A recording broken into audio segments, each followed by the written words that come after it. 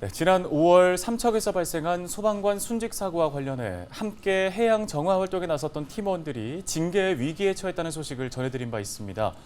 징계 대상자들은 물론 공무원 노조, 강원 소방지부도 징계 사유가 부당하다며 재조사를 요구하고 있습니다. 네, 그런데 헬로티비 뉴스 취재 결과 강원 소방본부가 해당 팀원들에 대한 조사 과정에서 의무 위반 행위에 대한 사실 요지를 고지하지 않는 등 절차적인 하자가 있었다는 주장이 제기됐는데요.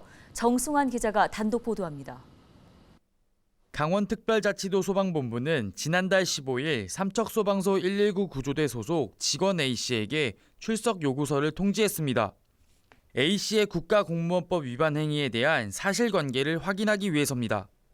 지난 5월 삼척 장호항에서 해양정화 활동에 나섰던 소방관이 순직하는 사고가 발생한 가운데 강원소방본부는 함께 해양정화 활동에 나선 팀원들이 상관의 직무상 명령에 복종해야 하는 복종의 의무 등 국가공무원법을 어겼다고 봤습니다.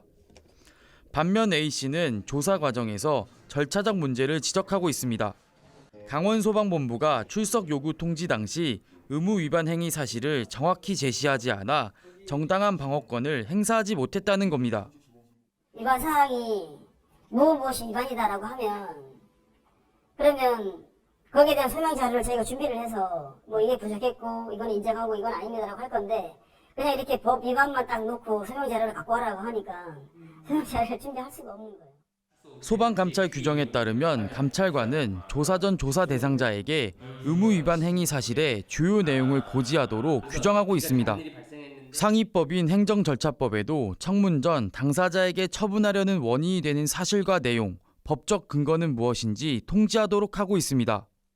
출석 요구를 할 때 처분의 원인이 되는 사실, 그 내용, 또 법적 근거를 명시해야 됩니다. 그런데 이 출석 요구서에는 의무 위반 행위 사실 요지라고 하고서 어떠한 법적 근거나 처분의 원인이 되려는 사실이나 그 내용을 전혀 적시하지 않았기 때문에 절차에 대해서 위법 소지가 있다고 한다면 이 중대한 절차일 경우에는 이 처분 자체가 모두 무효가 됩니다.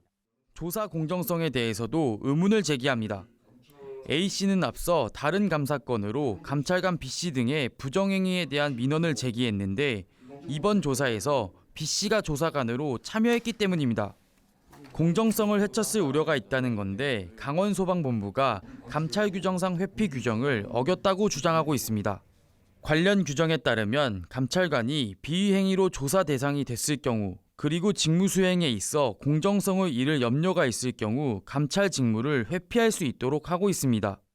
강원소방본부는 조사 과정에서 절차적 하자나 규정 위반 사실은 없었다는 입장입니다.